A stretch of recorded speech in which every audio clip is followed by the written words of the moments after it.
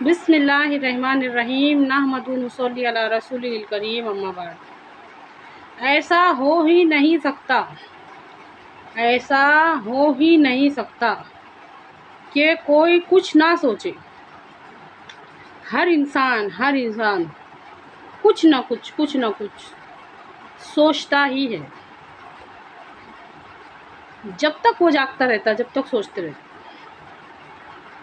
غور کیجئے اس بات میں، 24 گھنٹوں میں سے جب تک انسان سوتا نا، صرف جب تک وہ کچھ نہیں سوچتا، ہر وقت سوچتے رہتا۔ ہماری اس بھٹکتی ہوئی سوچ کو مقصد تک لے جانے کا ذریعہ قرآن ہے۔ اچھی طرح سے سمجھے اس بات کو۔ ہماری اس بھٹکتی ہوئی سوچ کو مقصد تک لے جانے کا ذریعہ قرآن ہے۔ اس کے علاوہ کوئی نہیں ہے۔ قرآن کے علاوہ کوئی دوسرا ذریعہ ہے ہی نہیں مقصد تک لے جانے۔ غور کیجئے اس بات میں۔ کوئی 10 سال بھٹکے گا، کوئی 20 سال بھٹکے گا، کوئی 50 سال بھٹکے گا، کوئی تو ایسے ہی گمراہی میں دنیا سے چلے جائیں گا۔ ہماری اس سوچ کو مقصد تک لے جانے کا ذریعہ قرآن ہی ہے۔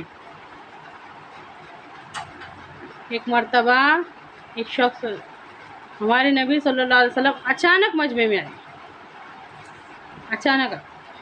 صحابہ کے مجمع میں اچانک آئے اور آتے ہی فرمانے لگے، کیا تم اس بات کی گواہی نہیں دیتے کہ اللہ کے سوا کوئی معبود نہیں اور محمد صلی اللہ علیہ وسلم اللہ کے بندے اور ان کے رسول ہیں؟ صحابہ حیران رہ گئے۔ فرمایا کیوں نہیں دیتے حضور، ہم دیتے نا۔ اس کے بعد ہمارے نبی صلی اللہ علیہ وسلم نے فرمایا، یہ قرآن ایک ایسی رسی ہے جس کا ایک سرا تمہارے ہاتھ میں ہے اور جس کا دوسرا سرا تمہارے رب کے ہاتھ میں ہے۔ ہماری اس بھٹکتی ہوئی سوچ کو مقصد تک لے جانے کا ذریعہ قرآن ہے۔ اللہ کی قسم قرآن ہی ہے۔ آج جو ہم بھٹک رہے نا، اس وجہ سے بھٹک رہے ہیں، ہماری سوچ کو کوئی رہنمائی نہیں مل رہی، ہم کو سیدھے راستے کی سمجھ نہیں آ رہی، کیونکہ ہم قرآن سے بہت دور ہے۔ قرآن میں خبر دی اللہ تعالیٰ نے، قرآن میں خبر دی، ہم ہی نے موت اور زندگی بنائی تاکہ تم کو آزمائے کہ کون کس سے بہتر عمل کر کے آتا ہے۔ اگر ہر انسان یہ سمجھ جائے کہ میری زندگی کا مقصد یہ ہے کہ میں نیکیوں کا مقابلہ کرنے کے واسطے بھیجا گیا ہوں، نیک بننا ہے، اچھا بننا ہے۔ اب اچھا بننے کے واسطے اس کو جو کرنا پڑے گا، اچھی عادت اپنانا پڑیں گی، اچھے اخلاق اپنانا پڑیں گے، اچھی صلاحیت، اچھے گن اپنے اندر پیدا کرنا پڑیں گے۔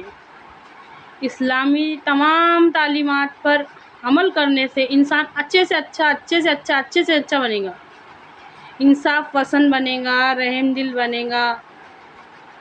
ہر بات میں غور کر کے دیکھو، نبی کریم صلی اللہ علیہ وسلم کی ہر تعلیمات میں غور کر کے دیکھو، وہ ہم کو بہتر سے بہترین بنانے کے واسطے ہے۔ اگر ہمارے ہاتھ میں پہلا سرا لگے گا تو اس کے بعد یہ سب ہوگا۔ ہماری سوچ بنے گی، پھر وہ سوچ ایک مضبوط ارادہ بنے گی، پھر اس ارادے سے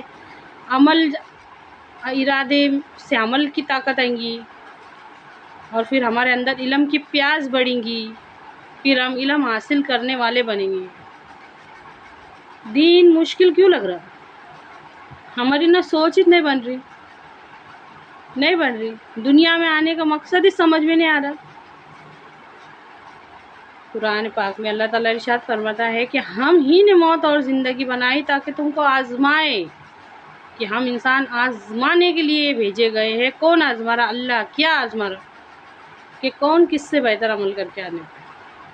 اچھی طرح سے سمجھیے اس بات کو۔ اللہ کہنے سننے سے زیادہ عمل کی توفیق دے۔